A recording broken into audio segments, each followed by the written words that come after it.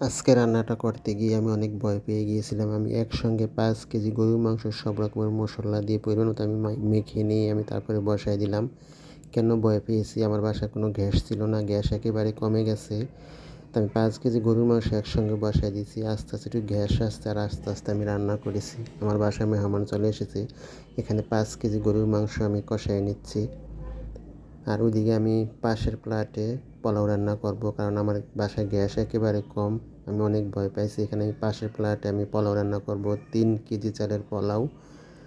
আমি পরিমাণ মতো সব কিছু আমার পরিমাণ মতো সব দিয়ে আমি 3 কেজি চালের পোলাও রান্না করব।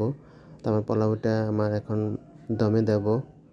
এটা পাশের ফ্ল্যাটে পোলাওটা রান্না করলাম। আমি এখন দমে দিয়ে 10 মিনিট রেখে দেব। আর ওইদিকে আমার গরুর মাংস রান্নাটাও প্রায় হয়ে গেছে। এখন আমি পোলাওটা দমে দিয়ে দিলাম। ওইদিকে আমার গরুর মাংস হয়ে গেছে। আলহামদুলিল্লাহ, আমার ভয়টা কেটে গেছে। এখন আমি মেহমান বিদায় করতে পারবো খাওয়া দাওয়া করে।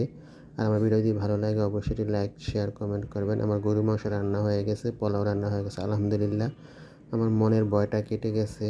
আর আমার ভিডিও দেখার জন্য সবাইকে ধন্যবাদ।